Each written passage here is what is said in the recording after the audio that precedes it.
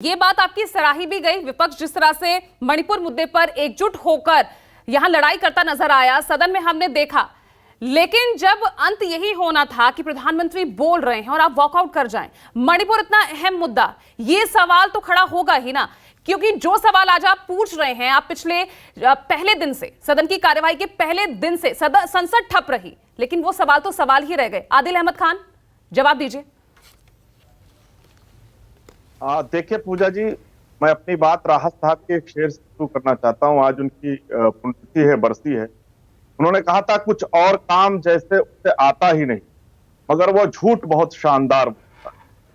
प्रधानमंत्री जी जब कल खड़े हुए, तो जैसे अभी साधना जी जिक्र कर रही थी कि प्रधानमंत्री जी ने अपने व्यक्तित्व में अधिकांश बातें झूठ बोली।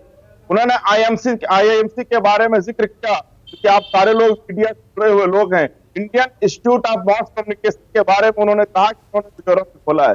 ये उसकी वेबसाइट आप देख लीजिए। 2011 में 8 अगस्त 2011 को आईएमसी मिजोरम में खुल चुका था। गृह मंत्री जी जब खड़े हुए, उन्होंने झूठ बोला कि राघव चड्ढा जी ने सांसद के फर्जी सिग्नेचर किए। उन्होंने वहां झूठ बोला। पूरा और पूरा देश कल ये जानना चाह रहा था कि प्रधानमंत्री जी आए और मणिपुर के महिलाओं के बारे में बोले, जिनको कपड़े उतार कर वहां घुमाया जा रहा है। 65,000 परिवार के बारे में बोले, जो अभी उनके पास घर नहीं है, वो पलायन करके कैंप में रहने को मजबूर है।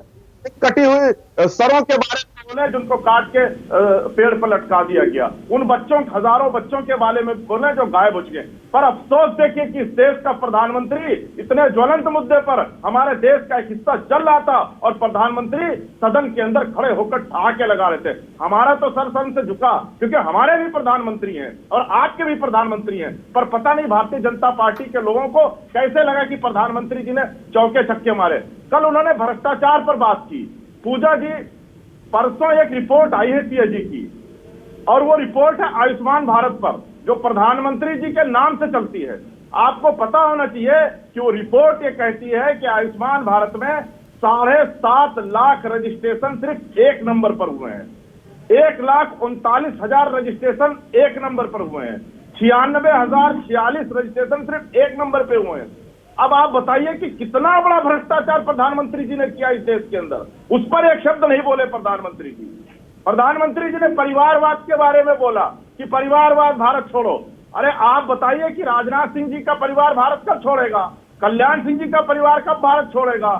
आप बताइए कि अमित शाह जी का परिवार, जिनके बच्चे, जिनके बेटे जैसा को बल्ला पकड़ने की तमीज नहीं है। तो ठीक है ना आदिल, मौका तो आपके पास भी था ना इन तमाम मुद्दों को उठाने का, इन तमाम मुद्दों पर घेरने का। लेकिन सत्ता पक्ष कह रहा है कि आप लोगों की तैयारी ही नहीं थी। अब 2028 में जब आए तो तैयारी के साथ आए।